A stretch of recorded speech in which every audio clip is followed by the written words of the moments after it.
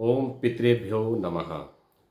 श्राद्ध पक्ष चल रहा है और हमने कुछ विशेष चर्चा के लिए ये वीडियो का सीरीज़ का निर्माण शुरू किया है। कल हमने बात की थी कि श्राद्ध पक्ष में पितरों से क्या मांगा जाना चाहिए, तो उस पर विशेष तौर पर जो है शास्त्रों में क्या निर्देश है, उन निर्देशों पर जो है एक वीडियो मैंने आपके लिए कल बनाई थी। आप मेरे फेसबुक चैनल पर देख सकते हैं और मेरे यूट्यूब चैनल पर भी उस वीडियो को देख सकते हैं। आज का जो विषय है, आज का बड़ा महत्वपूर्ण विषय है, वो है गया श्राद्ध को लेकर। दो बातें हम इस महत्वपूर्ण विषय पर करेंगे। वो पहली ये है कि गया में श्राद्ध करने का क्या महत्व है और गया में श्राद्ध क्यों आवश्यक है। दूसरी बात यह है कि एक परंपरा चल पड़ी है कि जो गया में पितरों का श्राद्ध करके आते हैं, वहाँ पिंडदान करके आते हैं, वो ये मान रहे हैं वो लोग कि गया में एक बार श्राद्ध कर लिया तो उसके बाद घर में श्राद्ध करने की आवश्यकता नहीं। ये परंपरा बहुत गलत है। इस पर हम शास्त्रीय दृष्टिकोण से आज बात करेंगे। सबसे पहले तो मैं आपको बता दूं कि कुछ लोगों में ये बड़ा भ्रम है, ये भ्रमात्मक प्रचार भी किया जा रहा है कि गया श्राद्ध के बाद वार्षिक श्राद्ध आदि करने की आवश्यकता नहीं है। परंतु यह विचार जो है पूर्ण रूप से गलत है। गया श्राद्ध तो नित्य श्राद्ध है, ये शास्त्रों में लिखा है। देखिए, मेरे पास पुस्तक भी है, मैं आपसे एक संदर्भ पर भी बात करूंगा और शास्त्रीय जो निर्देश हैं, जो यहाँ मंत्रों का या श्लोकों का जो उल्लेख किया गया है, उन पर हम विवेचना भी करेंगे। तो कहा है कि इसे एक बार से अधिक भी गया जाकर किया जा सकता है। कई लोगों में ये भी भ्रम है कि एक बार गया चले गए तो उसके बाद गया में श्राद्ध नहीं होता।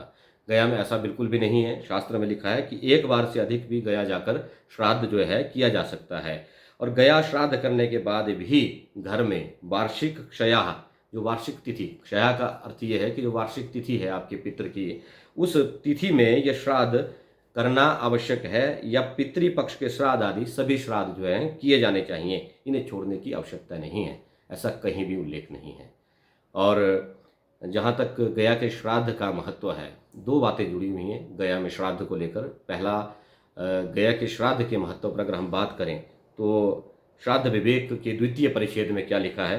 कहा है कि गया अभिगमनम कर्तुम यह शक्तो नाभिगच्छति शोचन्ति पितरस्तस्या वृथा तेषां परिश्रमः तस्मात् सर्व प्रयत्नेन ब्राह्मणस्तु विशेषतः प्रदद्याद विधिवत पिंडान गयाम गत्वा समाहितः। देखिए क्या लिखा है कि जो गया जाने में समर्थ होते हुए भी नहीं जाता है। देखिए, अगर पुत्र समर्थवान है, उसकी क्षमता है, अगर वो समर्थ होते हुए भी, असमर्थता है तो एक अलग बात है, परंतु वो समर्थ होते हुए भी अगर गया नहीं जाता है, उसके पितृ सोचते हैं कि उनका संपूर्ण जो परिश्रम है वो निरर्थक है। अतः मनुष्य को पूरे प्रयत्न के साथ गया जाकर सावधानी पूर्वक विधि विधान से पिंडदान आदि करना चाहिए। इन वचनों के अनुसार पितृ ऋण से मुक्ति हेतु गया श्राद्ध करने की अनिवार्यता के कारण और उसके ना करने से पाप लगने के कारण जीवित समर्थ पुरुष को गया में पिंडदान तथा श्राद्ध अवश्य करना चाहिए। ये तो है श्राद्ध, गया में श्राद्ध के महत्व का फल, कि वहाँ गया में श्राद्ध के महत्व का फल क्या है। परंतु साथ में ये भी कहा है, अस्मत् पाप षड्वर्षम मृतस्य पूर्व क्रिया मात्रम। ये भी कहा गया है कि गया में श्राद्ध करने के बाद आप सांकल्पिक श्राद्ध जो हैं, जो पितृपक्ष में श्राद्ध चलते हैं, इनमें जो तिथि होती है पितरों की, वो करना आवश्यक है। उसमें क्या है? उसमें आपको अन्नदान करना है, पितरों के प्रति जल देना है, उनके लिए तिलांजलि देनी है, उनके लिए अर्पण करना है, तर्पण करना है। इस प्रकार से जो भी विधि विधान जो है वो श्राद्ध का रहता है, वो आपको करना चाहिए। ऐसा बिल्कुल भी नहीं मानना चाहिए कि गया में श्राद्ध करने के बाद आपने पितरों से पिंड छुड़ा लिया। पितरों से कभी पिंड नहीं छुड़ाया जा सकता है।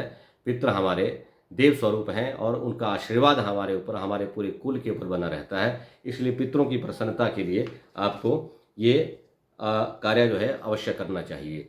ये भी एक आवश्यक बात है कि कहा जाता है, शास्त्रों में इसका उल्लेख मिलता है कि मनुष्य का एक दिन होता है, परंतु जो पितरों का एक दिन होता है, वो हमारा जो एक दिन है वो 24 घंटे में दिन और रात बनते हैं, लेकिन पितरों का लगभग 360 दिन का। अलग अलग मत हैं इस विषय में, कुछ 365 दिन का उल्लेख करते हैं और कुछ 360 दिन का। तो एक दिन पितरों का 360 दिन के बराबर होता है। इसलिए तिथि पर जो किया गया श्राद्ध होता है वो साल भर के लिए पितरों को अन्न देता है, उनकी तुष्टि करता है, उनकी पुष्टि करता है। और एक बात बहुत महत्वपूर्ण है गया श्राद्ध के बाद कि जिसने गया में श्राद्ध किया है वो उसके लिए ब्रह्म कपाली में भी श्राद्ध करना आवश्यक है।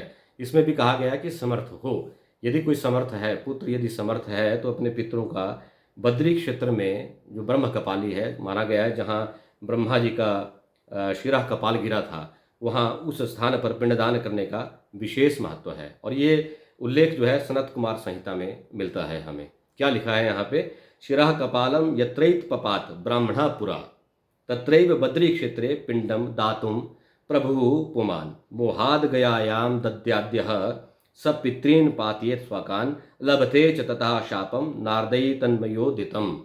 क्या लिखा है कि प्राचीन काल में जहाँ ब्रह्मा का शिरा कपाल गिरा, वहीं बद्री क्षेत्र में जो पुरुष पिंडदान करने में समर्थ हुआ, जिसने वहाँ पिंडदान कर लिया, यदि वो मोह के वशीभूत होकर केवल गया में पिंडदान करता है, केवल उसको ये लगता है कि केवल गया में पिंडदान करने से ही मेरे पितृ तृप्त हो जाएंगे, तो वो पितरों का अधःपतन करा देता है।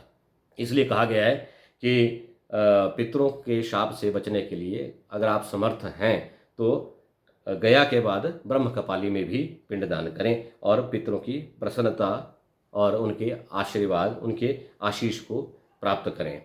आज यही महत्वपूर्ण बात आपसे करनी थी। अगली वीडियो में हम फिर एक नई चर्चा के साथ उपलब्ध होंगे। तब तक के लिए धन्यवाद। ओम पितृभ्यो नमः।